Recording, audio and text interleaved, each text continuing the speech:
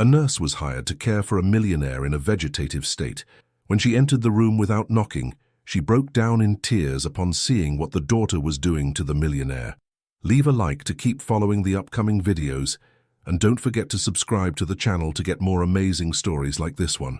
Clara pulled up to the towering Almeida mansion, her stomach fluttering with a mix of excitement and apprehension. The house was grand, almost intimidating, with its stone facade and tall iron gates that seemed to warn visitors to stay out. She stepped out of the taxi, clutching her modest suitcase, and made her way to the front door. Before she could knock, the door creaked open, and there stood Luisa Almeida. "Welcome," Luisa said, her voice smooth but distant.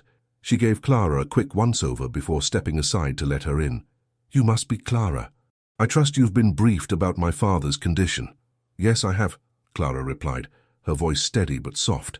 She felt the weight of Luisa's gaze, as though the woman were trying to read her thoughts. The inside of the mansion was even more impressive than the outside.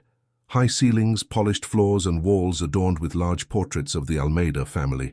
But beneath the luxury there was something else, an uneasy silence that settled over the house like a heavy blanket. Luisa led Clara through the grand hall, her heels clicking sharply against the marble. "My father's room is on the second floor," she said curtly. "He doesn't need visitors, just care and quiet." As they climbed the sweeping staircase, Clara caught glimpses of the staff who hurried past without making eye contact. She could sense their discomfort, their reluctance to linger. At the top of the stairs, Luisa paused. "There," Luisa said, pointing to a large door at the end of the hallway. "That's his room. I'll let Donna Helena explain the rest." Almost on cue, a woman in her 60s appeared from a side corridor. Her neatly tied hair and calm demeanor gave off an air of authority. "Ah, you must be Clara," Donna Helena said, her voice warm but firm. "Come, I'll show you around." Clara followed the housekeeper into Gustavo's room. The air inside was sterile, filled with the faint hum of medical equipment. Gustavo lay motionless in a large bed, his face pale and his eyes closed. "The accident happened 6 months ago," Donna Helena said quietly. "It was unusual. He was driving alone on the estate when his car suddenly swerved off the road." She paused, glancing at Clara as though deciding how much to share. "He's been like this ever since." Clara nodded, taking in the scene. She could feel the weight of responsibility settling on her shoulders. As they left the room, Clara noticed a figure leaning casually against the wall at the far end of the hallway. He was tall, with an easy smile and an air of confidence. "Marcos," Donna Helena whispered as they approached. "Gustavo's nephew." "Ah, the new nurse," Marcos said, his tone light but his eyes sharp. "Clara, right? Welcome to the family madhouse." "Marcos," Luisa's voice cut through the air like a knife. She appeared at the top of the stairs, her expression hard. "Don't you have somewhere else to be?" Marcos shrugged, still smiling. "I just wanted to say hello." "No harm in that, is there?" He gave Clara a wink before turning to leave, his footsteps echoing down the hall. Luisa sighed and looked back at Clara. "You'll find that some people in this house like to meddle where they don't belong," she said, her voice tight. "Don't let it distract you from your work." Clara simply nodded, her mind already racing with questions. Something about this family felt off. She couldn't put her finger on it yet, but the Almeida mansion was clearly more than just an elegant house, with secrets hidden behind its doors. Clara woke early on her first full day at the Almeida mansion, the soft light filtering through the heavy curtains of her modest bedroom. Despite the calm of the morning, she felt an undercurrent of tension that seemed to emanate from the walls themselves. After quickly getting ready, she stepped into the quiet hallway, her soft footsteps echoing as she made her way toward the kitchen. Donna Helena was already there, preparing breakfast with a practiced efficiency. The older woman glanced up and offered a polite smile. "You're up early, that's good," she said, placing a tray of coffee and pastries on the counter. "Luisa prefers the staff to be punctual." Clara nodded, but before she could respond, Luisa herself appeared, her sharp heels clicking against the tiled floor. "Clara, I need you to check on my father immediately after breakfast," she said curtly, her tone devoid of warmth. "He must be monitored closely, and I expect detailed reports on his condition." "Yes, of course," Clara replied, keeping her tone professional. Luisa gave a brisk nod before turning to Donna Helena. "Ensure the house is spotless. I don't want any unnecessary disturbances today," she ordered before striding out of the room. Clara couldn't help but notice the way the other staff members avoided Luisa's gaze, their postures stiff as they resumed their tasks. There was something unspoken in the air, a quiet fear that no one dared to voice. Later that morning, Clara entered Gustavo's room with her notepad in hand.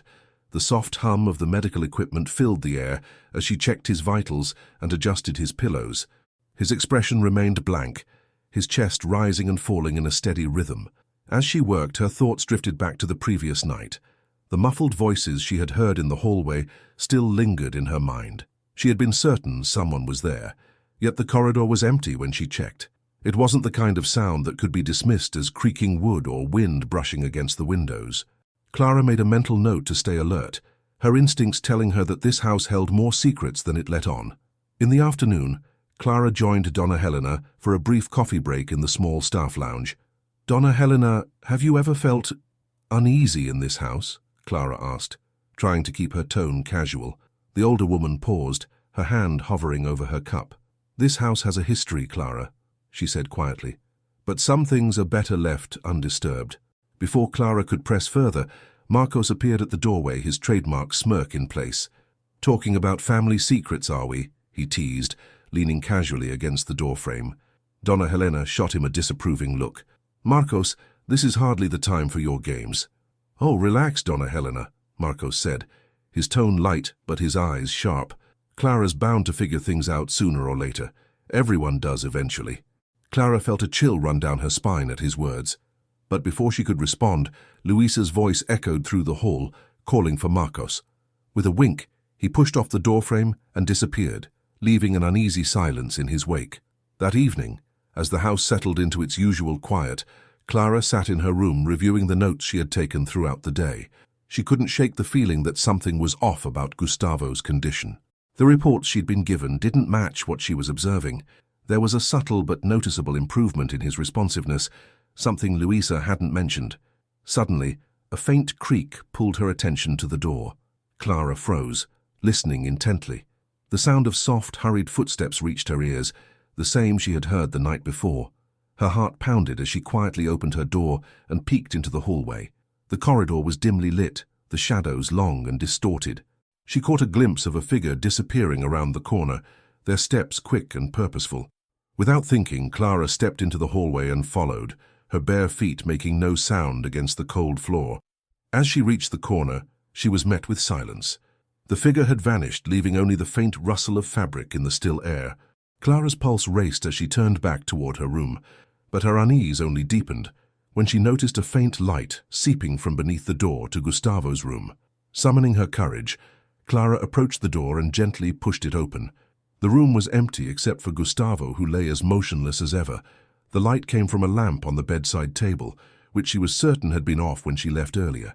Clara felt the hairs on the back of her neck stand on end.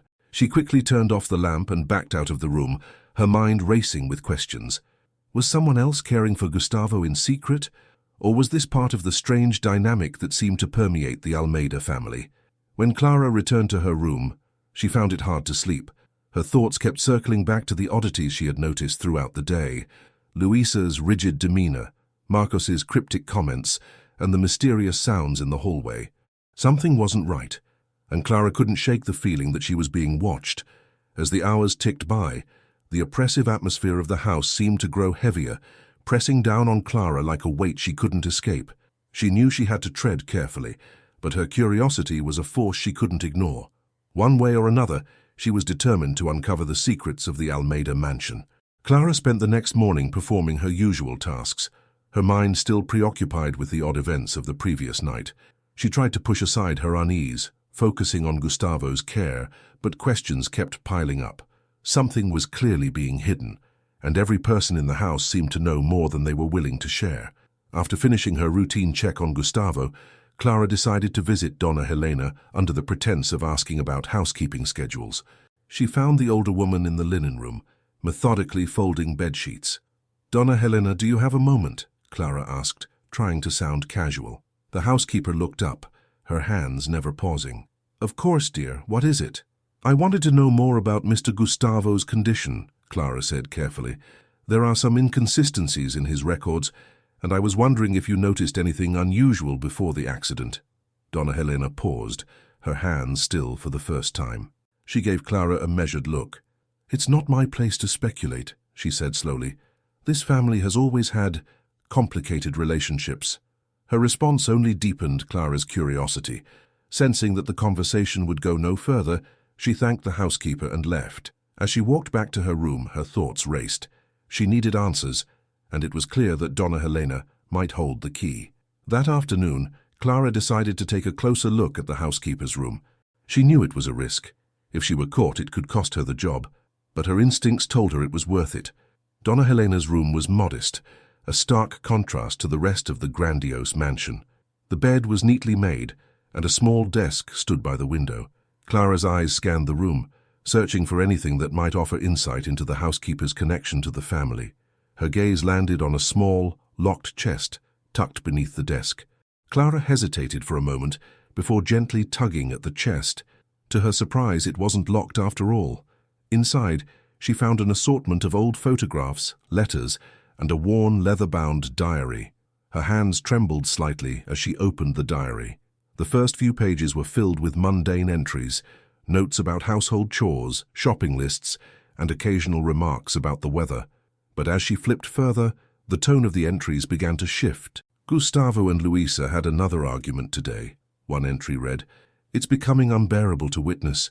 She's pushing him too far, and I fear something terrible will happen if they don't resolve this." Clara's eyes widened.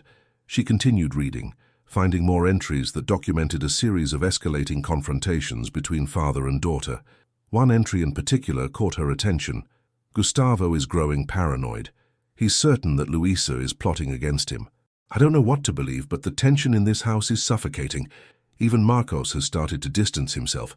I've tried to mediate, but my words fall on deaf ears." Clara sat back, her mind racing. This was more than just family drama. The diary hinted at a deeper, more dangerous rift. She couldn't shake the feeling that these arguments were somehow connected to Gustavo's accident. Later that evening, Clara decided to confront Donna Helena. She waited until the house was quiet, and then knocked softly on the door to the linen room. "Donna Helena, I need to speak with you," Clara said, her voice firm but low. The older woman looked up from her work, her expression unreadable. "What is it, Clara?" "I found your diary," Clara admitted. "I know I shouldn't have, but I needed answers. I read about the arguments between Gustavo and Luisa. I think there's more to this accident than anyone's letting on." Donna Helena's face tightened, and for a moment Clara thought she might deny everything. But then the housekeeper sighed heavily and gestured for Clara to sit. "This family has always been at odds, Clara," she began, her voice heavy with years of burden. "Gustavo and Luisa, they were never close, not even when she was a child. She always had a way of manipulating situations to her advantage. Gustavo saw through it, but he loved her in his own way. The argument started years ago, but they escalated when Gustavo began talking about changing his will." "Changing it how?" Clara pressed. "To cut her out," Donna Helena said simply. "He wanted to leave most of his fortune to charities. Luisa didn't take it well. She accused him of betraying the family." Clara felt a chill run down her spine. "Do you think she had something to do with his accident?" Donna Helena hesitated, her eyes flickering with an emotion Clara couldn't place. "I don't have proof," she said finally, "but there's something you need to understand.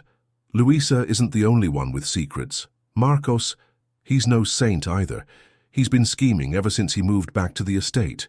Clara's head spun with the implications. "What about the night Gustavo's car went off the road? Were you here?" "I was," Donna Helena admitted, "but by the time I heard about it, everything had already been cleaned up.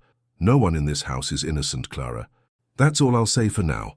Before Clara could ask more, a sudden noise in the hallway made them both jump. They exchanged a glance, and Donna Helena hurriedly ushered Clara out of the room. As Clara made her way back to her room, her heart pounded with a mixture of fear and determination. The diary had opened a door to a web of secrets and lies, and she knew she was only scratching the surface. Whatever had happened to Gustavo, it wasn't an accident. And Clara was determined to uncover the truth, no matter the cost. The next morning, Clara's mind churned with thoughts of what Donna Helena had revealed. The diary hinted at a volatile relationship between Gustavo and Luisa, but the mention of Marcos's involvement added a new layer of intrigue. Clara knew she had to tread carefully, especially now that the family's secrets were slowly coming into view. During breakfast, Marcos appeared in the dining room with his usual air of nonchalance. but his sharp eyes betrayed a keen awareness. Clara felt his gaze linger on her longer than usual. When Luisa left to take a phone call, Marcos seized the moment. "Clara," he said, leaning slightly over the table, his voice low enough not to carry, "I couldn't help but notice you've been poking around." His tone was light, but there was a warning buried beneath his words. "I'm just trying to do my job," Clara replied calmly, refusing to let him intimidate her. Marcos smirked, taking a sip of his coffee. Sure, but I'm willing to bet you've realized this isn't an ordinary job." He set his cup down and leaned in closer. "You're not the only one who thinks Luisa is hiding something." Clara's pulse quickened, but she kept her expression neutral. "What do you mean?"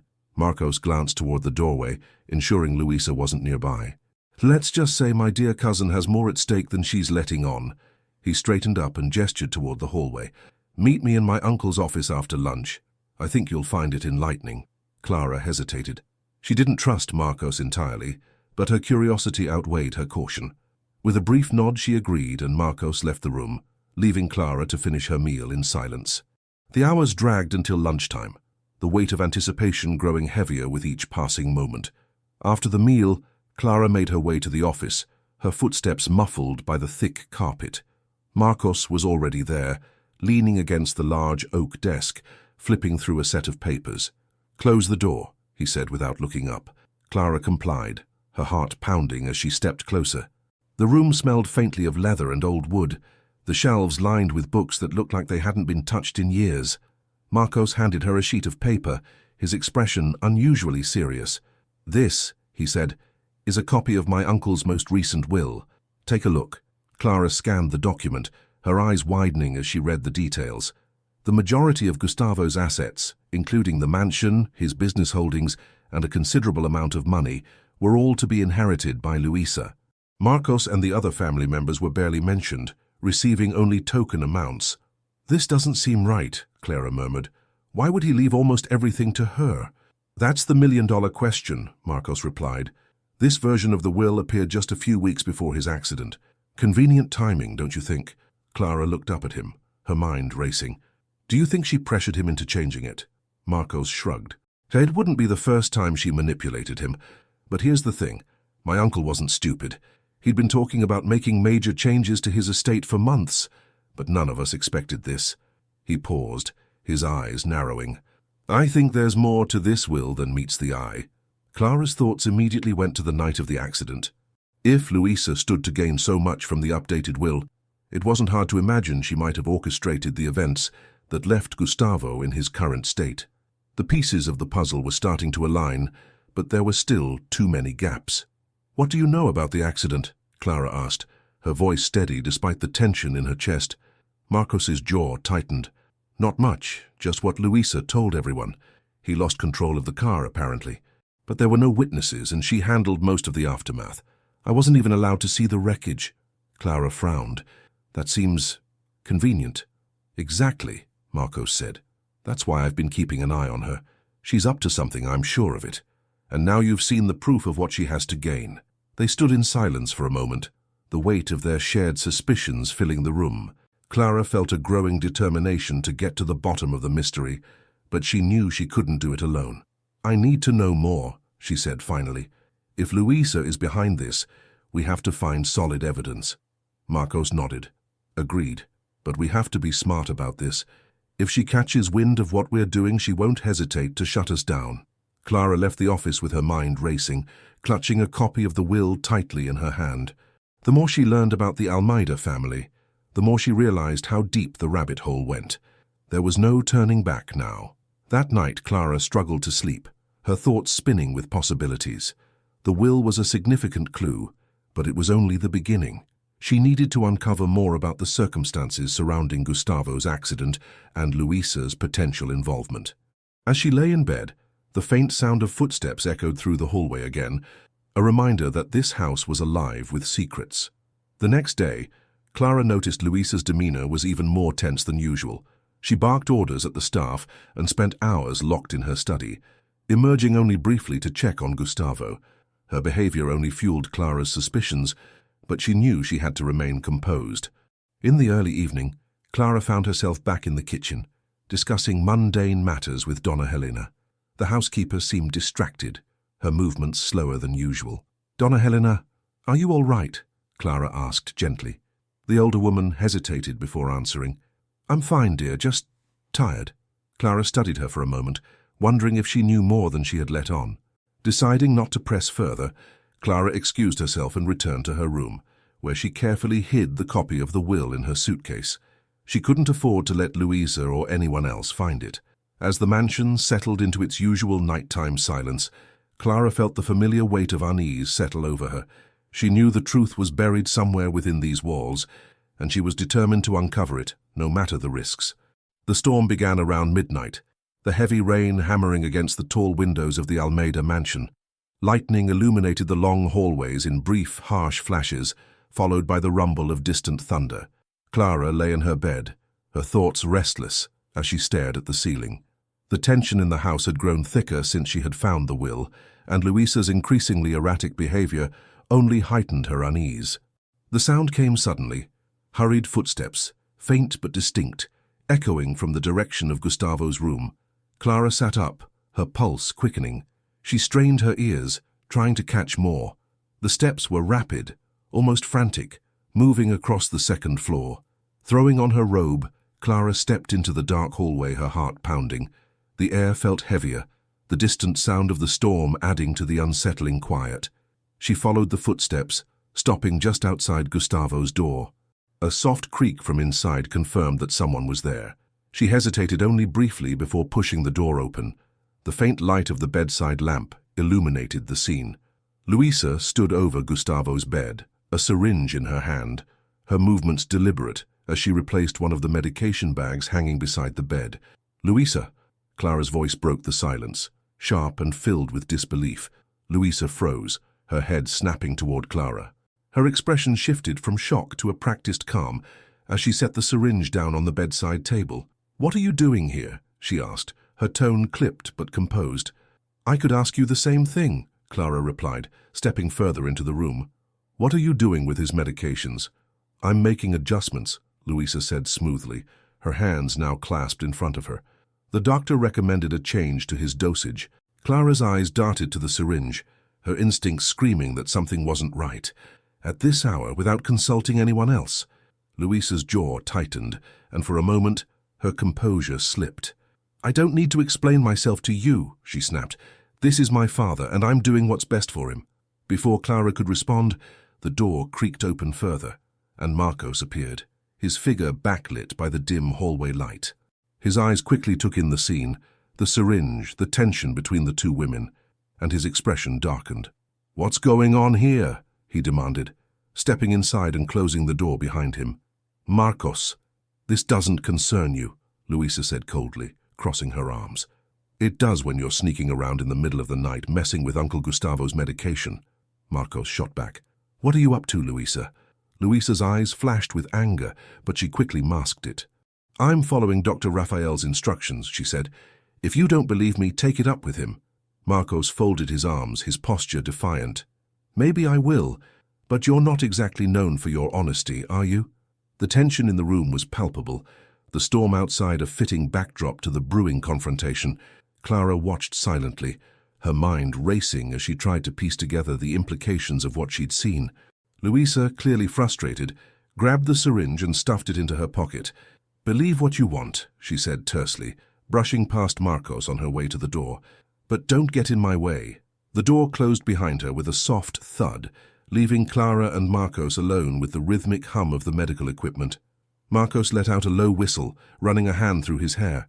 "Well, that was subtle," he muttered sarcastically. He turned to Clara, his expression serious. "You saw what she was doing, right? She's up to something." Clara nodded, her voice steady despite the adrenaline coursing through her. "She was switching his medication. She said it was on the doctor's orders, but I don't believe her." "Neither do I," Marcos said grimly. "We need to find out exactly what she's giving him. If she's tampering with his treatment." He trailed off, the unspoken implications heavy in the air. Clara felt a knot form in her stomach. "Do you think she's trying to harm him, or keep him in this state for a reason?" Marcos hesitated, then shook his head. "I don't know, but we need to be careful. Luisa doesn't take kindly to anyone interfering with her plans. The storm outside continued to rage as Clara and Marco sat in silence, the weight of their discovery settling over them. Clara's mind raced with possibilities, her instincts telling her that the answers they sought were within reach, but they would have to tread carefully to uncover them without falling into Luisa's trap. Marco stood, his jaw set with determination. "We'll figure this out," he said quietly. "But for now, let's keep this between us. The less she knows about what we're up to, the better." Clara nodded, her resolve matching his. Whatever Luisa was hiding, they would uncover it, no matter the risks. The next morning, Clara's routine was disrupted by an unsettling absence. Donna Helena, who was always the first to rise, preparing breakfast and giving quiet orders to the staff, was nowhere to be found. Clara wandered into the kitchen, where the chef and a housemaid were whispering in hushed tones. They fell silent the moment they noticed her. "Where's Donna Helena?" Clara asked, her voice steady, but laced with concern. The chef, a middle-aged man with a perpetually furrowed expression, exchanged a glance with the maid before answering. "We don't know. She didn't come down this morning." "That's not like her," Clara said, her unease deepening. "Did anyone check her room?" The maid shook her head. "No one wants to disturb her, but she's been different lately. Nervous, like she was afraid of something." The chef nodded in agreement. "She's been avoiding conversations, staying up late and pacing the halls at night. Whatever's going on in this house, I think she knows more than she's letting on." Clara felt a chill run through her. She had noticed Donna Helena's unease, but the idea that the housekeeper might know something significant only fueled her determination. "I'll check her room," Clara said, turning on her heel. The hallway leading to the staff quarters was quiet, the muffled sounds of the storm still echoing faintly from the night before. Clara stopped in front of Donna Helena's door and knocked softly. "Donna Helena, are you in there?" She waited a moment, but received no response. She knocked again, louder this time. "It's Clara, I just want to make sure you're all right." When there was still no answer, Clara tried the doorknob. It turned easily in her hand, and she pushed the door open to find the room empty. The bed was neatly made, the nightstand perfectly arranged, and there were no signs of hurried departure, except for the absence of its occupant. Clara stepped inside, her eyes scanning the space for anything unusual. On the desk there was a stack of folded laundry and a small notebook. Clara hesitated for only a moment before picking it up. The notebook contained simple lists of tasks and brief notes about the house, but nothing seemed out of place. As Clara turned to leave, her attention was drawn to the closet. Something about its slightly ajar door piqued her curiosity. She pulled it open and found a neatly arranged row of clothes, but tucked in the corner, half hidden under a blanket, was a small leather pouch. Clara pulled it out and opened it to find a set of old keys, a folded piece of paper, and what appeared to be a photo of a much younger Donna Helena standing beside a man Clara didn't recognize. Clara unfolded the paper and read the brief but cryptic note. "The answers lie below. Trust only yourself." Her mind raced. Below. Did it mean the basement? She tucked the note and photo back into the pouch and left the room, locking the door behind her. She needed to find Marcos. She found him in the library, lazily flipping through a magazine but immediately alert when she explained what she had found. She didn't leave voluntarily, Clara concluded, placing the leather pouch on the desk between them. And this note, I think she was trying to tell us something before she disappeared. Marcos leaned back, rubbing his chin thoughtfully. "The basement," he muttered. "Makes sense. My uncle used to store old documents down there, but Luisa locked it up months ago, said it was unsafe. We need to get in there," Clara said firmly. Marcos nodded. "Let me handle that. If anyone catches us snooping, it won't look good for you." That evening, after the house had settled into its usual quiet, Marcos led Clara to the basement door. He held up a key from the pouch. "If this doesn't work, we'll have to find another way," he said, inserting it into the lock. To Clara's relief, it clicked open. The basement was cold and musty, the air heavy with the smell of damp stone and aged wood. Marcos turned on a small flashlight, its beam cutting through the darkness as they descended the creaking stairs. The space was cluttered with old furniture, crates and shelves packed with files and ledgers. "Where do we even start?" Clara whispered, her voice barely audible over the hum of the building's boiler. Marcos scanned the room, then pointed to a large wooden chest near the back wall. "That's where my uncle kept his personal files." They approached the chest, and Marcos knelt to lift the heavy lid. Inside were stacks of yellowed papers, old photographs, and several thick folders. Marcos handed one to Clara. "Look through these. Anything that connects to my uncle's accident or Luisa." Clara sifted through the documents, her hands trembling slightly as she uncovered financial statements, business contracts, and letters. One envelope caught her eye, labeled "Confidential." She opened it and found a series of typed letters, all signed by Gustavo, discussing his intention to cut Luisa out of his will entirely. "Marcos," she said, holding up the letters. This confirms what Donna Helena hinted at. He was planning to disinherit her." Marcos took the letters, his jaw tightening as he read. "This explains why she was so desperate to keep him under control, but it doesn't explain what happened to Donna Helena." Just then a faint noise echoed from above, a door creaking open, followed by the sound of footsteps. Clara and Marcos froze, exchanging a tense glance.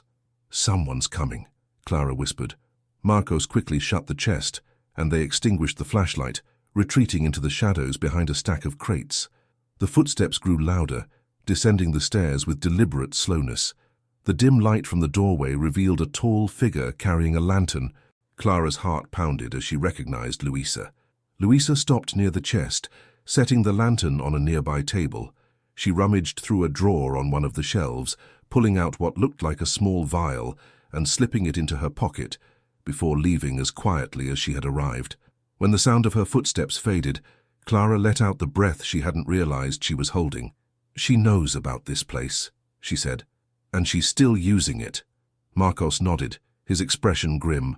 "Whatever she's up to, she's covering her tracks. We need to move faster." They quickly gathered the most incriminating documents and left the basement, locking it behind them. Back in Clara's room, they spread the papers out on the bed, their heads bent close as they pieced together the tangled web of deceit and control that had ensnared the Almeida family. "I think we're finally getting somewhere," Clara said softly, her voice tinged with both relief and apprehension. But as the clock struck midnight, one thing was clear. Whatever game Luisa was playing, it was far from over. The silence of the Almeida mansion was deceptive, broken only by the rhythmic ticking of the grandfather clock in the main hall. Clara and Marcos, now armed with the documents they had retrieved from the basement, knew they were venturing into dangerous territory. The tension between Luisa and Gustavo, now supported by tangible evidence, was darker and deeper than either of them had imagined. As the first light of dawn crept through the windows, Clara and Marcos sat in the corner of the library, sifting through more papers they had hidden in a satchel. Among the mundane business records and property deeds, Clara found a stack of handwritten notes, some crumpled as if torn hastily from a notepad. She flattened one out carefully, her eyes scanning the words. "Listen to this," she said, her voice barely above a whisper. "Luisa's demands are becoming unbearable. She threatens to tarnish my name if I refuse her. I must act quickly to prevent further damage." It's dated just 2 weeks before the accident. Marcos leaned closer, his expression hardening. "That's not just tension. That's desperation." He picked up another sheet, his fingers tracing the faint, uneven lines of a draft letter. "This one looks like something he never sent. It's addressed to his lawyer." Clara's gaze snapped to the paper as Marcos began reading aloud. "I am writing to inform you of my decision to update my will. My daughter Luisa's recent behavior has confirmed my fears about her intentions. Effective immediately, I intend to remove her as the primary beneficiary and allocate her share to charitable organizations. Please prepare the necessary documents at your earliest convenience." The letter trailed off, the last sentence unfinished. Clara felt a chill settle over her. If this is real, it explains everything. If Luisa knew about this, she'd have every reason to keep him in a vegetative state, Marcos finished grimly. "She's buying herself time to solidify her position." A sudden knock on the library door made both of them jump. Clara shoved the papers into the satchel while Marcos composed himself. "Yes," he called, his voice steady. A maid poked her head in, her eyes darting between them. "Miss Luisa asked me to remind you that breakfast is served," she said quickly before retreating. Once the door closed, Clara exhaled slowly. "She's keeping tabs on us. We need to be more careful." Marcos nodded, his mind clearly racing. "Let's keep digging tonight.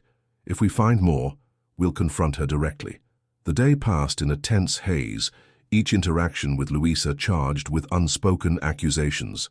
Clara caught herself studying Louisa's every move, noting the way her fingers tapped impatiently on the edge of her teacup, or how her eyes flickered with irritation when Marcos entered the room.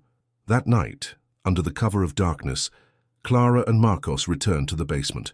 Armed with a flashlight and a renewed sense of purpose, they combed through the dusty shelves, opening every box and file they could find. "I don't know how Donna Helena fit into all of this," Clara murmured as she rifled through a stack of ledgers. But she knew something. That note she left wasn't just a warning. It was a clue. Marcos, who was sifting through a box of old correspondence, paused. If she was trying to protect Gustavo, it's possible she knew about this unfinished letter. Maybe she hid something down here to keep it safe. As they continued searching, Clara's flashlight beam landed on a narrow filing cabinet pushed against the far wall. It looked older than the rest of the furniture, its surface scratched and worn. "What's this?" she asked, kneeling to pull open one of the drawers. Inside she found a collection of folders, their labels faded with age. She opened one at random and found detailed records of Gustavo's investments. But it wasn't until she reached the bottom of the drawer that she found something truly unusual, a sealed envelope marked, "For legal counsel only." "Marcos, look at this," she said, holding up the envelope. He took it from her, carefully breaking the seal. Inside were several typed pages, all bearing Gustavo's signature. As Marcos read through them, his expression darkened. "These are draft amendments to his will," he said. "He was serious about cutting Louisa out. There's even a clause transferring control of his company to a third-party board, completely bypassing her." Clara's mind raced. That would have left her with nothing. No wonder she panicked. Before they could analyze further, the sound of movement above them made Clara's heart leap. They froze, listening as faint footsteps echoed through the floorboards. "Someone's awake," Marcos whispered, quickly closing the drawer and pocketing the documents. "We need to get out of here." They ascended the stairs as quietly as possible, pausing at the top to listen for any sign of the intruder. The footsteps had stopped, but the tension in the air was palpable. Clara pushed the door open just a crack, peering into the dim hallway. It was empty. "Let's split up," Marcos suggested. "You go to your room and hide these papers. I'll keep watch to see if Louisa does anything suspicious." Clara hesitated but nodded, clutching the satchel tightly as she slipped out of the basement and made her way to her room. Once inside, she carefully hid the documents beneath a loose floorboard under her bed. The night stretched on, every creak of the old house setting Clara on edge. She couldn't shake the feeling that they were getting closer to uncovering the full truth, and that Louisa was growing more desperate with every step they took. The morning air felt heavy in the Almeida mansion, and Clara couldn't shake the growing unease that had settled in her chest. Dr. Raphael's regular visits had become a point of contention in her mind, especially after what she and Marcos had discovered. Every time he arrived, the tension in the house seemed to thicken, and his brief, hurried conversations with Louisa only deepened her suspicions. Clara resolved to watch him more closely. That afternoon, Dr. Raphael arrived again, his polished demeanor as unnerving as ever. Clara, standing near the kitchen doorway, caught sight of him exchanging a few low words with Louisa in the grand hall before disappearing into Gustavo's room. She followed a few moments later, pretending to adjust the blankets on a nearby chair. From her vantage point, she could see the doctor examining Gustavo with a practiced efficiency, but something about his movements felt rehearsed, as though he were performing a carefully choreographed routine. "I'll run the usual tests and adjust the medication as necessary," Raphael said, his voice calm and measured. "Good," Louisa replied curtly. "Make sure everything stays consistent. We can't afford any surprises." Clara's hands clenched into fists as she ducked back around the corner. She waited until the doctor left the room, then quietly followed him out of the house, her heart pounding in her chest. Dr. Raphael's sleek black car pulled out of the driveway and turned down the main road. Clara hurried to her own modest vehicle, which she had parked near the staff entrance, and started the engine. She kept a safe distance as she followed him, the midday sun casting long shadows on the winding road. The journey took them out of the city and into a quieter part of town, where old buildings lined narrow streets. Clara felt her grip tighten on the steering wheel as Raphael's car turned into the parking lot of a small, nondescript clinic. She parked a block away and approached on foot, her footsteps light and deliberate. Through the clinic's glass doors, She saw Raphael greet the receptionist briefly before disappearing down a corridor. Clara slipped inside, her heart racing as she feigned interest in a nearby bulletin board. She waited for the receptionist to turn her attention to a phone call before moving quietly down the hallway Raphael had taken. The sterile smell of antiseptic filled the air as Clara crept past closed doors, her ears straining for any sound. At the far end of the hallway she heard voices, Raphael's along with someone else's, deeper and more impatient. "Do you have the falsified reports ready?" Raphael asked. "Yes, but this can't continue much longer," the second voice replied. "If anyone looks too closely, they'll see discrepancies." Clara's breath caught. She pressed herself against the wall, her pulse hammering in her ears. "No one will look closely," Raphael said firmly. "Luisa is handling everything on her end. Gustavo stays in his current state and we all stay paid. Understood?" There was a long silence before the second voice replied, "Fine, but if this backfires, we're both finished." The sound of papers shuffling followed, and Clara knew she had to move. She turned back the way she came, her mind spinning with the weight of what she'd just heard. The doctor wasn't just complicit. He was actively working to maintain the lie about Gustavo's condition. Back in her car, Clara sat gripping the steering wheel, replaying the conversation in her head. She needed proof, something concrete to confront Raphael with. She decided to wait, watching the clinic from a safe distance. After about an hour, Raphael emerged, carrying a leather briefcase. Clara noted the way he glanced around before heading to his car. She followed him again, this time to his private practice in a more upscale part of town. Clara parked nearby and waited until he disappeared inside. Her opportunity came when the receptionist stepped out for a smoke break. Clara slipped into the empty waiting room and approached the door marked "Private Office." It was locked, but Clara had anticipated this. She retrieved a small set of tools from her purse and, after a few tense moments, managed to pick the lock. Inside, the office was tidy, with neatly arranged files and a computer on the desk. Clara quickly rifled through the drawers, finding folders labeled with patient names. She found Gustavo's file and flipped through it, her hands trembling as she discovered altered test results and fabricated notes. She snapped pictures of everything with her phone before returning the file to its place. Just as she was about to leave, she noticed a small safe tucked beneath the desk. Clara hesitated, then crouched down to examine it. It was a simple combination lock, and she guessed it might hold more incriminating evidence. The sound of the front door opening froze her in place. Footsteps echoed down the hallway, and Clara quickly moved behind a nearby filing cabinet, her heart pounding. Raphael entered the room, setting his briefcase on the desk. He seemed unaware of her presence as he opened the safe, retrieving a stack of cash and a small envelope. Clara watched silently, her mind racing. The moment he stepped out, she slipped out behind him and made her way back to her car. Later that evening, Clara showed the photos to Marcos, who studied them with a grim expression. "This is more than enough to prove Raphael's involvement," he said. "We need to use this to pressure him. If he cracks, we can expose Luisa too." Clara nodded, her resolve hardening. "We'll confront him tomorrow. It's time for some answers." The following evening, Clara waited for Marcos in the dimly lit library, her mind replaying the events of the day. The photos of the falsified medical records burned a hole in her pocket, tangible proof of the lies that surrounded Gustavo's condition. When Marcos finally entered, he carried 2 glasses and a bottle of whiskey. Without a word, he poured a measure into each glass and handed one to Clara before collapsing into an armchair. "It's always been like this with her," Marcos said, breaking the silence. He swirled the amber liquid in his glass, staring into it as though it held answers.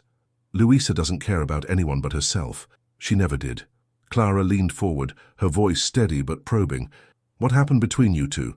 It's more than just family tension, isn't it?" Marcos chuckled bitterly, taking a long sip. "You want the full story? Fine. But don't expect it to be pretty." He set the glass down and leaned back, his gaze fixed on the ceiling. "It started years ago after our mother died. I was 14, Luisa 18. Our father was devastated, barely able to function. She saw her chance and took it." "Took what?" Clara asked. "Control," Marcos replied, his tone sharp. "She became the glue holding everything together, or at least that's how she framed it. Handling the finances, making decisions about the estate, even dictating how the staff should behave.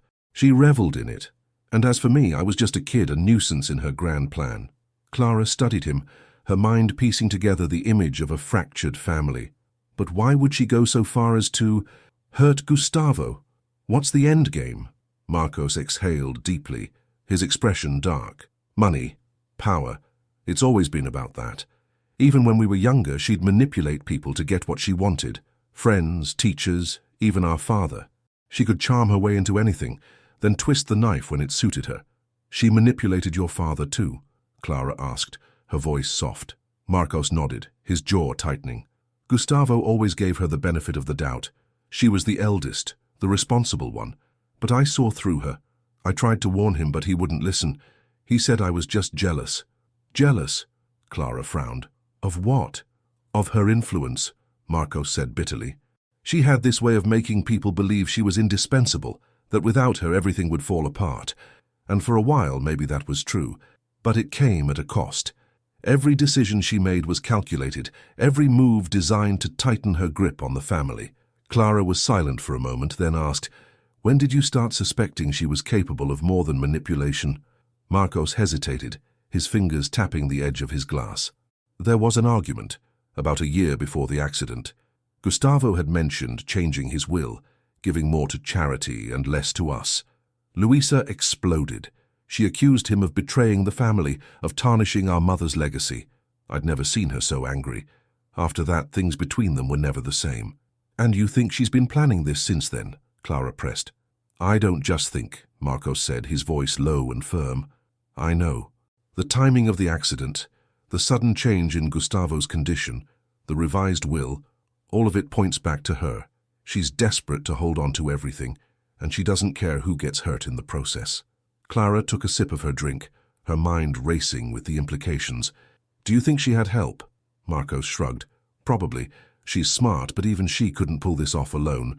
Dr. Raphael, for one, is clearly in her pocket, and there's no telling who else she's roped in." Clara felt a knot tighten in her stomach. "What about Donna Helena? She knew something, didn't she?" Marcos's expression darkened further. "Helena's been with the family for decades. She was more like a mother to me than anyone else. If she disappeared, it's because she found out something Luisa couldn't afford to let slip." The room fell into a heavy silence, the weight of Marcos's revelations hanging between them. Clara's mind swirled with questions, each one more pressing than the last. But one thing was becoming clear. Luisa wasn't just a manipulative sibling, she was a dangerous adversary. "Why didn't you do something sooner?" Clara asked finally, her voice barely above a whisper. Marcos laughed bitterly. "What could I do? I had no proof, no one who'd believe me. Gustavo wouldn't hear a word against her, and everyone else was either too afraid or too loyal. All I could do was wait, bide my time, and hope the truth would come out." "And now?" Clara asked, her eyes locking with his. "Now we expose her," Marcos said firmly. "We have the evidence, enough to start unraveling her web of lies. But we need to be careful. If she realizes we're onto her, she won't hesitate to bury us too." Clara felt a chill run through her, but she nodded. "Then we move quickly. We confront Dr. Raphael tomorrow and force him to talk. If we can get him to turn on her, we might stand a chance." Marcos's expression hardened with determination. "It's about time someone put an end to this. She's had control for far too long." As the storm outside intensified, the two sat in the flickering light of the library, their resolve solidifying with each passing moment.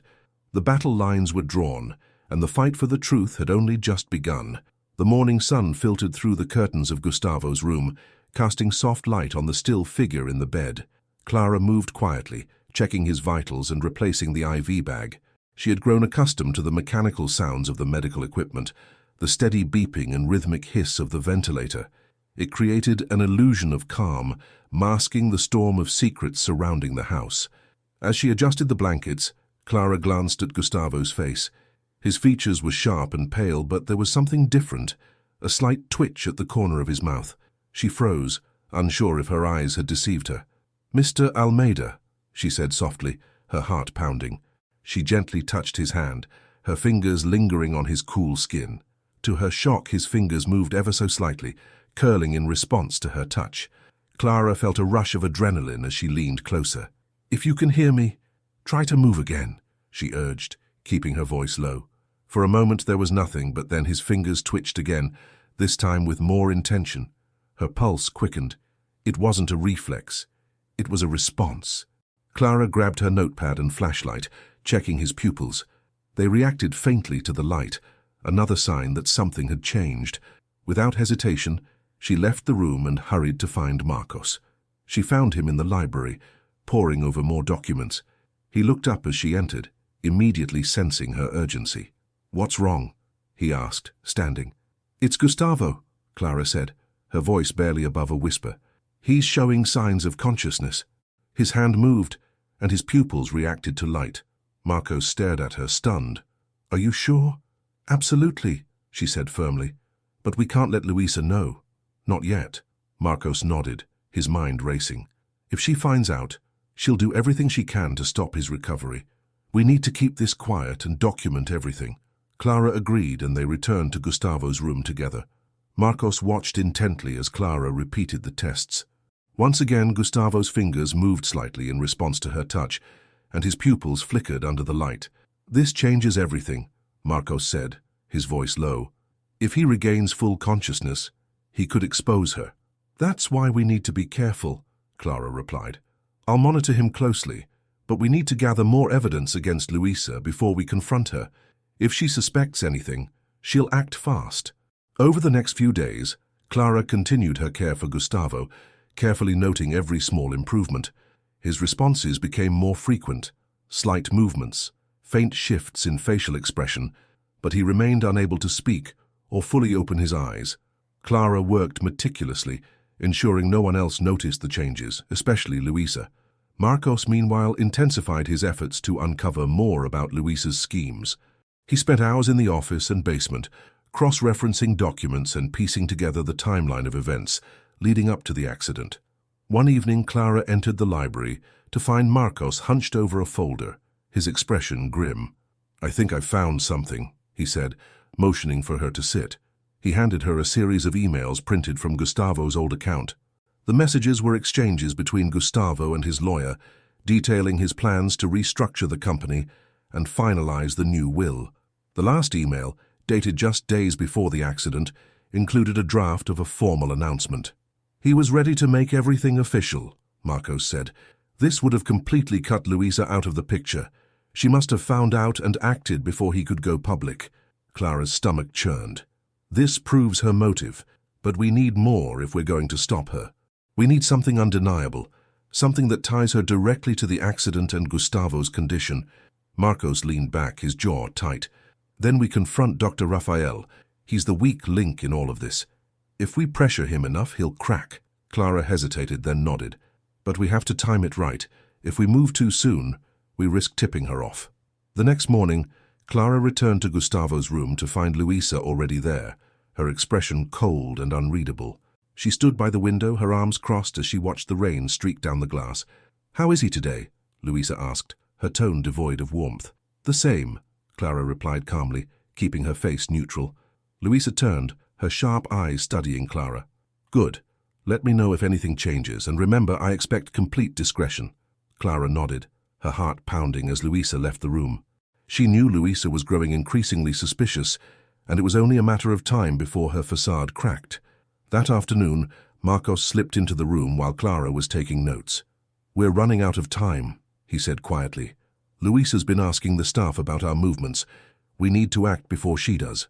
Clara glanced at Gustavo, whose fingers twitched slightly as she adjusted his IV. "He's improving faster than I expected," she said. "If we can just buy a little more time, he might be able to tell us everything himself." Marcos's expression hardened. "Let's hope we don't run out of time before that happens." The tension in the Almeida mansion had reached a breaking point. Clara's every step felt heavier, her thoughts tangled in the web of secrets surrounding Gustavo's condition. She could no longer hold back her suspicions. The next time Luisa came to check on Gustavo, Clara was waiting for her. Luisa stepped into the room with her usual air of control, her eyes scanning Gustavo's still form. Clara, standing by the bedside, crossed her arms and met Luisa's gaze directly. "We need to talk," Clara said, her voice firm but low. Luisa raised an eyebrow, clearly unimpressed. "About what?" "The medication," Clara said, taking a step closer. I saw you switch it the other night, and I've been keeping track. You're not giving him what Dr. Raphael prescribed, are you? Luisa's expression remained calm, but a flicker of tension crossed her face. You're overstepping, Clara. I'm his daughter. I know what's best for him. Do you? Clara challenged. Because it looks like you're trying to keep him in this state. Why would you do that, Luisa? Luisa's eyes narrowed, her voice sharp. Careful, Clara. You're making accusations you don't understand. Then explain it to me, Clara pressed. If you're not trying to harm him, then why the deception? Luisa let out a harsh laugh, shaking her head. You think you've figured it all out, don't you? But you're wrong. She stepped closer, her voice dropping to a whisper. I've been protecting him. Clara blinked, caught off guard. Protecting him from what? From Marcos, Luisa said, her tone cold. You have no idea what he's capable of. He's been after the family fortune for years. He's the one who pushed Gustavo to the edge, always pestering him about money, undermining him at every turn. That doesn't explain the medication, Clara said, her voice steady, despite the whirlwind of doubt creeping in. Luisa crossed her arms, her expression hard. Marcos wanted him out of the way. If Gustavo regains consciousness, Marcos knows he'll be cut out of the will completely. He's desperate, Clara. Desperate people do dangerous things. Clara felt her resolve falter. Luisa's words carried a weight that was hard to dismiss. Why should I believe you? She asked, her voice quieter now. Luisa leaned in, her eyes piercing. Because I'm the only one who's been here, day in and day out, taking care of him. Where was Marcos when our father needed him? Off scheming, living his carefree life, only showing up when it suited him. Clara's stomach churned. She wanted to believe her instincts, but Luisa's words planted seeds of doubt. If you're telling the truth, then prove it. Show me what you've been giving him and why. Luisa hesitated, then sighed. She moved to the bedside table and opened a small drawer, pulling out a vial. It's an alternative treatment, she said, holding it up. Something Dr. Raphael wouldn't approve of because it's not mainstream. But I've done my research.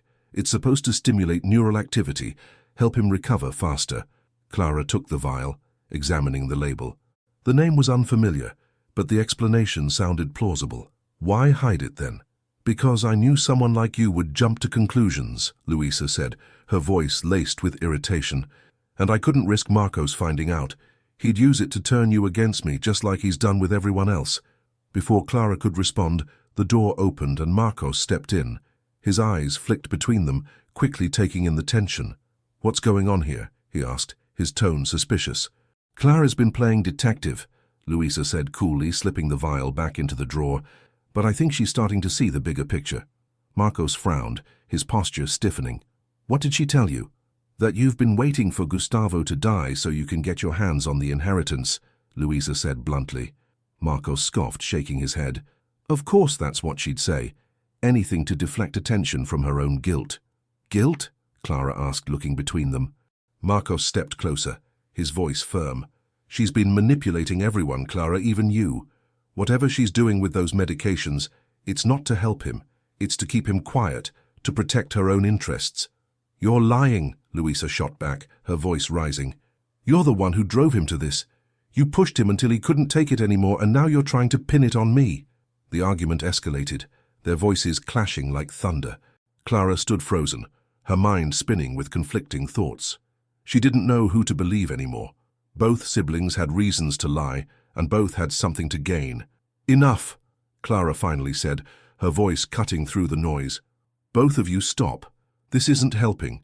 They fell silent, glaring at each other before stepping back. Clara took a deep breath, trying to steady herself. We need facts, not accusations. I'll take samples of the medications to an independent lab and get them tested. If you're telling the truth, Luisa, you have nothing to worry about. Luisa's eyes flashed with anger, but she nodded reluctantly. Fine. Do what you have to. Marcos looked equally tense but said nothing. Clara knew she was walking a dangerous line, but she couldn't stop now. The truth was buried somewhere in this tangled mess, and she was determined to find it. The storm from the previous night had left the ground damp and the air heavy with the scent of rain. Clara's mind raced as she followed the vague directions given by the groundskeeper, who mentioned a run-down house on the edge of the Almeida estate. The house had long been abandoned, but the groundskeeper swore he had seen Donna Helena sneaking in and out over the past few days. Clara couldn't ignore the possibility that the housekeeper, who had seemingly vanished without a trace, might hold the key to unraveling everything. The path was overgrown with weeds, and the crumbling stone walls of the house loomed ahead like a forgotten relic. Clara hesitated at the door, its wooden frame warped and splintered from years of neglect. She knocked softly, her breath catching, when she heard a faint rustling from inside. "Donna Helena," she called, her voice steady but quiet. "It's Clara. Please, I need to speak with you." For a moment there was only silence. Then slowly the door creaked open to reveal the familiar face of the housekeeper. Her usually immaculate appearance was disheveled, her eyes tired and wary. She gestured for Clara to come in, closing the door behind her and locking it with trembling hands. "I shouldn't be here," Donna Helena said, her voice barely above a whisper. "If Luisa finds out—" "She won't," Clara assured her. "But I need to know the truth. Why did you leave the mansion? What's going on?" Donna Helena sank into an old chair, her hands wringing nervously. "I didn't want to leave," she said. "But Luisa found out that I knew about the accident. She threatened me, Clara. She said if I spoke to anyone, I'd regret it." Clara pulled up a dusty stool and sat across from her. "What do you know about the accident?" she asked gently. Donna Helena hesitated, then reached into her bag, pulling out a small battered tape recorder and several cassettes. "Everything you need to know is here," she said, her voice trembling. "I started recording their conversations weeks before the accident. I knew something wasn't right." Clara's heart raced as she took the recorder, her fingers brushing over the worn surface. "What's on these tapes?" "Conversations between Luisa and Dr. Raphael," Donna Helena said. "They were planning something to ensure Gustavo wouldn't get in their way." Clara pressed play on the first tape, and the room was immediately filled with the low, conspiratorial tones of Luisa's voice. "He's stubborn," Luisa said, "but he's vulnerable. If we time this right, we can make it look like an unfortunate accident. Once he's incapacitated, I'll have full control of the estate. And the medications." Dr. Raphael's voice was calm, calculating. "I'll handle that," Luisa replied. "Just make sure the medical reports are convincing. No one can suspect a thing." Clara's hands shook as she paused the tape. This is proof," she said, her voice barely audible. "Proof that they orchestrated the accident." Donna Helena nodded. "There's more. I recorded every conversation I could. They talked about the will, about silencing anyone who got too close. That's why I had to leave. Luisa knew I'd seen too much." Clara placed a reassuring hand on the older woman's arm. "You did the right thing by coming here," she said. "These recordings could bring her down." "But be careful," Donna Helena warned, her eyes filled with fear. "Luisa won't go down without a fight. She's ruthless, Clara. If she suspects you have these tapes—" "I'll be careful," Clara promised. "But we need to act fast. Gustavo is starting to show signs of consciousness. If he recovers enough to speak, he could confirm everything." Donna Helena's eyes widened. "Then you don't have much time. Luisa will do anything to keep him silent." Clara stood, tucking the recorder and tapes securely into her bag. "Thank you for trusting me," she said. "I'll make sure the truth comes out." As Clara made her way back to the mansion, her mind raced with plans. She needed to review the tapes carefully, then bring them to Marcos. Together, they could confront Luisa and expose her lies. But she also knew that Luisa wouldn't go down without a fight. Every step Clara took felt heavier, the weight of the evidence she carried pressing on her shoulders. The truth was finally within reach, but the danger was far from over. Clara sat in the dimly lit study, the recorder and tapes spread out on the desk before her. The weight of the evidence against Luisa was undeniable, but it also left a lingering discomfort. There was something incomplete about the narrative, something that didn't quite fit. She played another segment of the tape, Luisa's voice sharp and commanding. "You'll make sure the accident happens exactly as planned. No room for mistakes, Raphael. If we don't control the situation, Marcos will ruin everything." Clara's hand hovered over the pause button. Marcos's name, spoken with such venom, echoed in her mind. She replayed the sentence, trying to extract every ounce of meaning from the words. Luisa wasn't merely orchestrating events. She was reacting, countering a threat. The study door creaked open, and Marcos entered, his expression tense. "What did you find?" he asked, his eyes flicking to the tapes. Clara hesitated. "A lot," she said finally, motioning for him to sit. "You need to hear this." She played the segment, watching his face as Luisa's words filled the room. Marcos's jaw clenched and his fingers drummed against the arm of the chair. "So, she's blaming me now," he said, his voice low. "She mentioned you specifically," Clara said, her tone careful. "What aren't you telling me, Marcos?" His gaze snapped to hers, a flicker of something unreadable in his eyes. "I've told you everything," he said tightly. "Luisa is the one pulling the strings. She's the one who—" "Stop," Clara interrupted, her voice firm. "There's more to this. If you want me to trust you, I need the truth, all of it." Marcos exhaled sharply, running a hand through his hair. He stood and paced the room, the tension in his movements palpable. "Fine," he said finally. "You want the truth? The accident wasn't entirely her doing." Clara's heart skipped a beat. "What do you mean?" "She pushed him," Marcos said, his voice tight with frustration. "Pushed him to the edge with her manipulation and greed. But the accident, I had a hand in it." The room seemed to close in around them. Clara's pulse quickened, but she forced herself to stay composed. "Explain," she said. Marcos stopped pacing and turned to face her.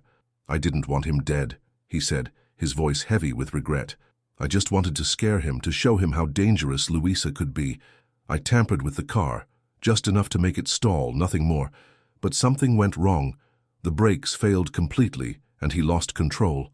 Clara stared at him, her mind racing. "You planned it." "I wanted to protect the family," Marcos said, his voice rising. "Gustavo was too stubborn to see what she was doing, how she was bleeding the estate dry. I thought if I could make him see reason, he'd finally cut her off. But it spiraled out of control." Clara's thoughts were a whirlwind. "Does she know you were involved?" Marcos nodded slowly. "She found out after the fact. That's why she's been keeping him in this state, because if he wakes up, he'll confirm it wasn't just an accident. She's been using it to her advantage, holding it over me, making sure I can't do anything to stop her." Clara felt the weight of the revelation settle over her. The web of deceit was far more intricate than she had imagined, and she was caught in the middle of a war that had been brewing for years. "We need to bring this to light," she said finally. "All of it. The tapes, the evidence, everything." Marcos shook his head. "If we do that, Luisa will bury us both. She's too well connected, too ruthless. We need to be smart about this." Before Clara could respond, the door swung open, and Luisa strode in, her expression cold and unyielding. "What's going on in here?" she demanded, her eyes narrowing as they darted between Clara and Marcos. Clara stood, her resolve hardening. "We know what you've done," she said, her voice steady. "And we have proof." Luisa's gaze flickered, but she quickly regained her composure. "Proof of what? That you're meddling in things you don't understand." Clara stepped forward, holding up the recorder. "Proof that you and Dr. Raphael planned the accident. Proof that you've been keeping Gustavo in this state to secure your place in the will." Luisa's lips curved into a cold smile. "You're playing a dangerous game, Clara. You think a few tapes will bring me down? You don't know who you're dealing with." "Neither do you," Clara shot back. "The truth is coming out whether you like it or not." Marcos stepped forward, his posture tense. "This ends now, Luisa. No more lies, no more manipulation. We're exposing everything." Luisa's smile faltered, her eyes flashing with anger. "You're both fools," she said. "If you think you can take me down, you're sorely mistaken." The room was charged with tension, the three of them locked in a silent battle of wills. Clara's heart pounded, but she stood her ground, determined to see the truth revealed no matter the cost.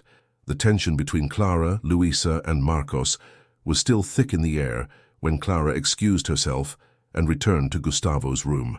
She needed to check on him, to make sure his condition hadn't worsened under Luisa's manipulation. The beeping of the machines filled the quiet room, a steady rhythm that usually reassured her, but today felt suffocating. As Clara adjusted Gustavo's pillows, she noticed something. His eyelids fluttered slightly. Her breath caught and she leaned in closer, gently placing her hand on his. "Mr. Almeida," she said softly, her voice steady, despite the rush of adrenaline coursing through her. "If you can hear me, try to move your fingers." For a moment there was only silence. Then, with a faint but deliberate motion, his fingers curled around hers. Clara's heart leapt. She had been documenting his minimal responses, but this was stronger, more intentional. "Stay with me," she urged, her voice a mix of hope and determination. "You're doing great. Can you try to open your eyes?" Slowly, painstakingly, his eyelids lifted just enough to reveal a faint glimmer of awareness. His gaze seemed unfocused, but there was life behind it, a spark that had been dormant for too long. Clara quickly grabbed her notepad, jotting down her observations. She had to inform someone immediately, but she couldn't risk Luisa finding out. Leaving the room briefly, she found Marcos pacing in the hallway. "He's waking up," she said, her voice urgent but quiet. "I need to get Donna Helena. Gustavo asked for her." Marcos's eyes widened. "He spoke?" "Not yet. But he's responding," Clara replied. "And if he does talk, we need her here. She's the one person he trusts completely." Marcos nodded. "I'll keep an eye on things here. Go." Clara wasted no time. She slipped out of the mansion and hurried to the abandoned house where Donna Helena had been hiding. The older woman opened the door cautiously, but the moment she saw Clara's face, her guarded expression softened. "It's Gustavo," Clara said. "He's waking up. He asked for you." Donna Helena's hands trembled slightly as she gathered her things. "Thank God," she murmured. "I feared I'd never see him again." The two women returned to the mansion under the cover of twilight, avoiding any unnecessary attention. When they entered Gustavo's room, Donna Helena hesitated at the door, her eyes glistening as she took in the sight of the man she had served for decades. "Mr. Gustavo," she whispered, stepping closer. "It's me, Helena." Gustavo's eyes moved, his gaze settling on her face. His lips parted slightly, and though his voice was faint, the effort to speak was clear. "Helena," he rasped, his voice barely audible but unmistakable. Tears streamed down the housekeeper's face as she clasped his hand. "You're safe now," she said softly. "We're here." Clara stood back, giving them space, but watching closely as Gustavo's strength seemed to grow with each passing moment. He took a shallow breath, then spoke again, his words halting but deliberate. "I know everything." Donna Helena exchanged a look with Clara, her expression both relieved and fearful. "We'll protect you," she assured him, "but we need to know what happened." Gustavo nodded weakly, his fingers tightening around Helena's. "Luisa and Marcos," he began, pausing to catch his breath. "Both wanted control." Clara's heart raced as she moved closer, her notepad ready. "Take your time," she said gently. "What do you remember?" His eyes closed briefly as he gathered his thoughts. "Luisa pushed for changes. The will. She knew I planned to cut her out." "And Marcos?" Clara prompted, her voice calm but insistent. Gustavo's eyes opened again, his gaze steady. "He wanted to stop her. But his way, dangerous." Donna Helena's grip on his hand tightened. "The accident," she said softly. "You knew it wasn't just an accident." Gustavo nodded, his voice firmer now. "It wasn't. Marcos tampered with the car. Thought he could scare me. Didn't know. Luisa planned more." Clara exchanged a glance with Donna Helena, the pieces of the puzzle finally aligning. Both siblings had conspired in their own ways, their actions overlapping in a tragic, unintended consequence. "What were you going to do?" Clara asked. "Disinherit both," Gustavo said, his voice filled with quiet resolve. "Everything. To charity. End the war." Donna Helena wiped her eyes, her voice trembling. "You were trying to protect the family, even from themselves." Gustavo's gaze softened. "Too late," he murmured. "But not over." Clara nodded, her mind racing with the implications of his words. "We'll fix this," she said firmly. "We'll make sure the truth comes out." Gustavo's lips curved into a faint, weary smile before his eyes closed again, his strength temporarily spent. Clara turned to Donna Helena, her resolve hardening. "We need to prepare. Luisa and Marcos won't give up easily." Donna Helena nodded, her expression resolute. "Whatever it takes, we'll see this through." As the room fell silent once more, Clara felt the weight of their task pressing down on her. The battle for the truth was far from over, but the first cracks in the facade had finally appeared. The day of the will's reading arrived under a veil of unease.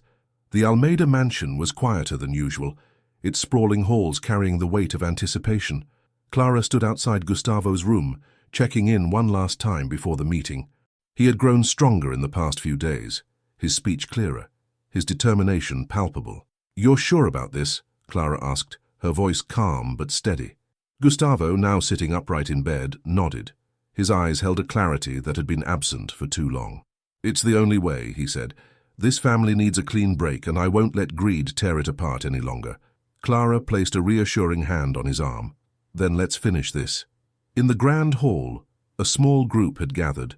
Louisa stood near the fireplace, her sharp features unreadable, though the tension in her posture betrayed her nerves. Marcos leaned against a wall, arms crossed, his expression dark. The family lawyer, an older man with a briefcase and a stoic demeanor, sat at the head of the room arranging his papers. Clara entered quietly, taking a seat in the corner, content to remain in the background for now. The lawyer cleared his throat, drawing everyone's attention. "Thank you all for coming," he began, his voice formal. "Before we proceed, I must inform you that Mr. Almeida has recently made significant amendments to his will. These changes were finalized just yesterday." Louisa's eyes flicked to Clara briefly before settling on the lawyer. "Let's get on with it," she said, her tone clipped. The lawyer adjusted his glasses and began reading. "To my daughter, Louisa, and my nephew, Marcos, I leave no financial assets or properties. This decision is not made out of malice, but with the belief that true character is forged through one's own efforts, not inherited wealth." Louisa's face hardened, and Marcos stiffened, his jaw tightening. The lawyer continued without pause. "To Clara, whose courage and integrity have brought truth to light, I leave a symbolic sum, not as payment, but as a token of my gratitude." Clara's eyes widened in surprise, but she remained silent, her hands resting calmly in her lap. "And finally," the lawyer said, his voice carrying more weight, "the remainder of my estate, including all properties, businesses, and financial assets, shall be donated to charitable organizations dedicated to education, healthcare, and the well-being of underprivileged communities."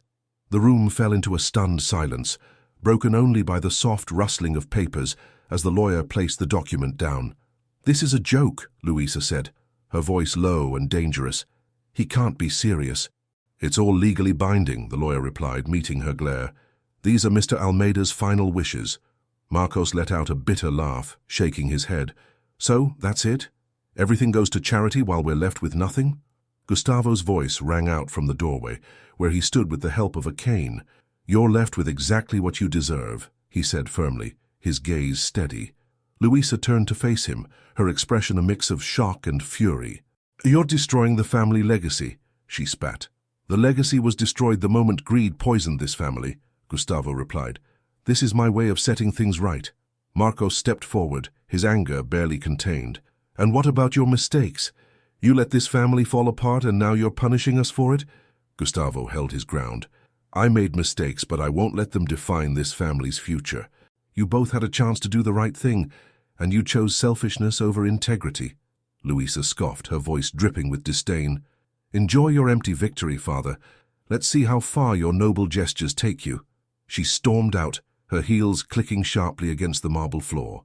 Marcos lingered for a moment, his face a mask of bitterness. "You think this changes anything?" he said. "You've only made enemies, not peace." With that, he followed Louisa, leaving the room steeped in tension. Gustavo sighed heavily and turned to Clara, his expression softening. "Thank you," he said quietly, "for everything." Clara nodded, her voice steady. "You did what needed to be done."